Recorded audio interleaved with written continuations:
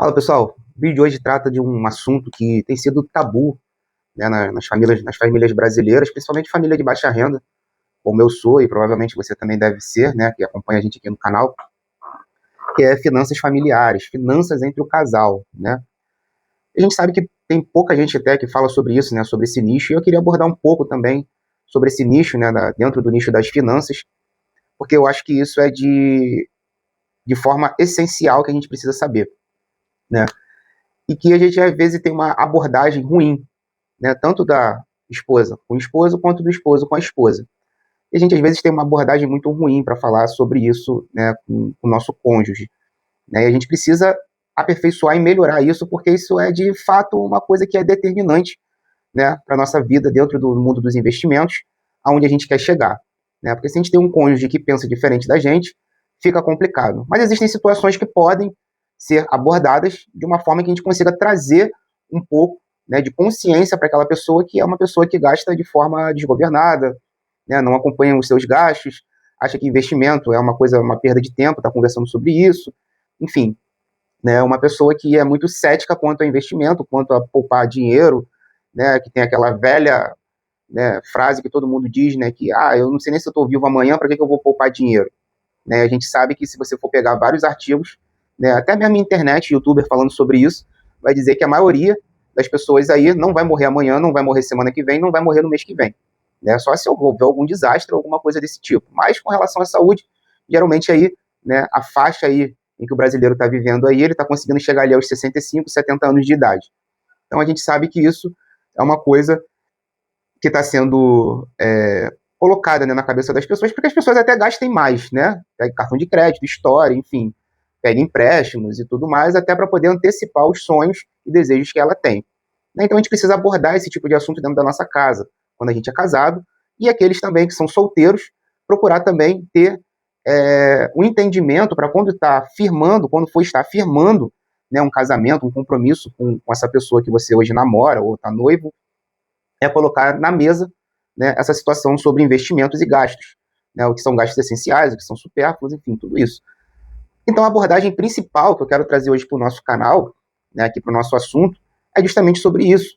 Né? Tem pessoas que fazem uma abordagem ruim. E qual é a abordagem ruim? Né? Para aquelas pessoas que não pensam em poupar, para aquelas pessoas que não pensam em investir, qual é a pior abordagem que você pode fazer?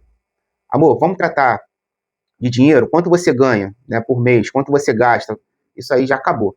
Tá? A pessoa não vai querer nem te ouvir, não vai querer nem te dar atenção, vai querer brigar, vai querer discutir, porque vai colocar uma série de outras coisas que não tem nada a ver, mas enfim, para tipo disfarçar, né, se fazer de desentendido e sair do assunto, porque isso não agrada, né, ao brasileiro. É um tabu discutir sobre dinheiro para o brasileiro, né, quanto ganha, enfim, isso tudo é um tabu. Então o que a gente precisa fazer para abordar, né, essas pessoas de uma forma inteligente? Olha só, eu tenho aqui visto, né, no YouTube e outros lugares, uma estratégia para que a gente possa viajar mais, para que a gente possa, né, ir jantar ou fazer um lanche em algum lugar, ou então estar podendo aproveitar mais a vida, né, e nos sobrar mais dinheiro. Você está afim de ouvir essa estratégia? Né? A estratégia que eu chamo aqui a atenção é a estratégia que fala de 65, 20 e 15.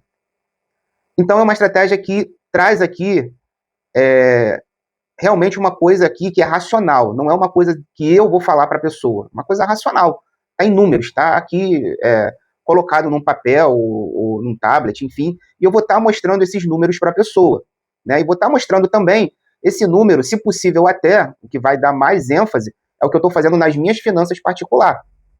E outra coisa que precisa ser abordada aqui nesse vídeo colocado, que muita gente tem falado aí, que o casal que se ama, ou o casal que se gosta, o casal que quer o bem um do outro, precisa ter uma conta conjunta, né? E isso, eu falo para vocês que isso é um erro. Por que isso é um erro? Porque eu tive um tipo de criação e a minha esposa teve um outro tipo de criação. Então você não teve a mesma criação que o seu cônjuge. Então, financeiramente, vocês pensam de forma diferente. É natural. Existem pessoas que vêm de família que é abastada, ou, né, que tem muito dinheiro, enfim, nunca se importou com os gastos.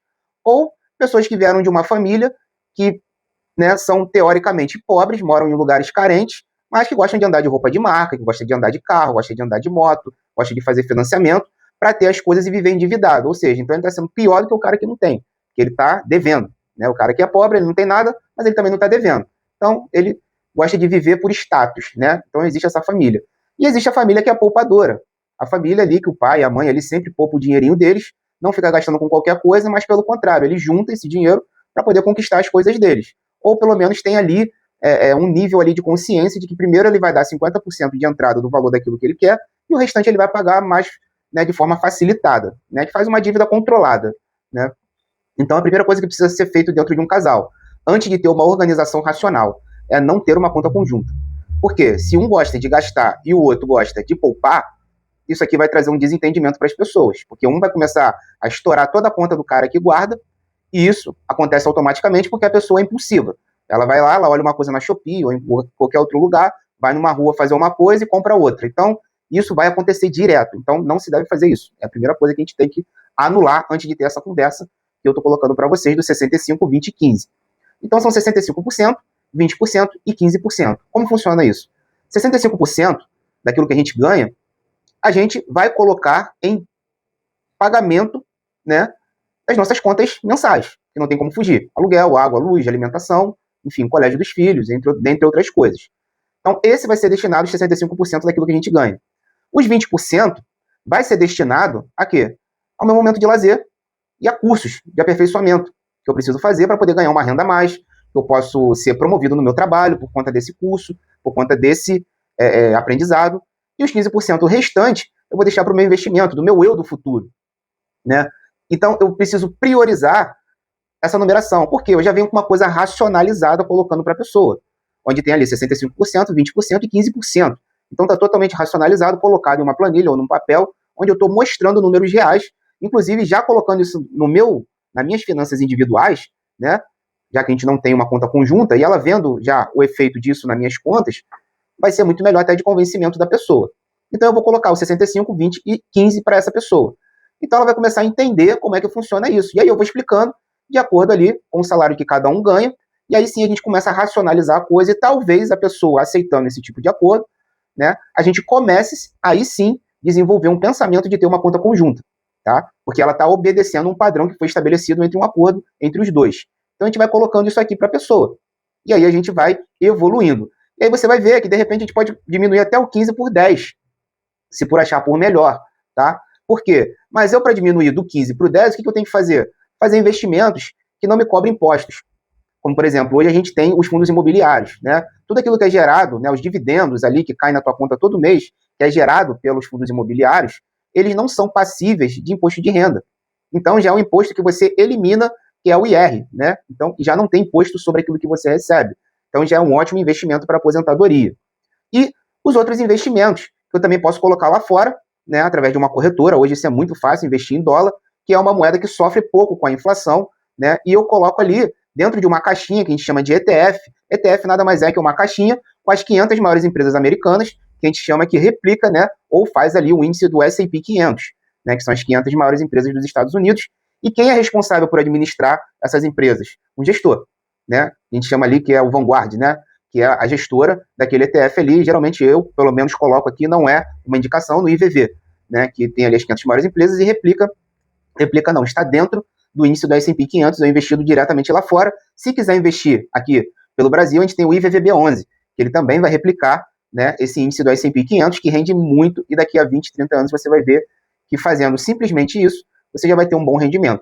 Então, o que a gente precisa fazer para diminuir desses 15% do investimento para 10% é justamente isso. Colocar em ativos que não vão ser descontados impostos, com aquilo que você recebe, com o teu rendimento, ou lá fora, né, em uma moeda mais forte, que a gente vai estar protegendo o nosso patrimônio das inflações e dos descontos que estão tendo aí, disparando aqui no Brasil, né, a questão de impostos em cima de investimentos e dentre outras coisas.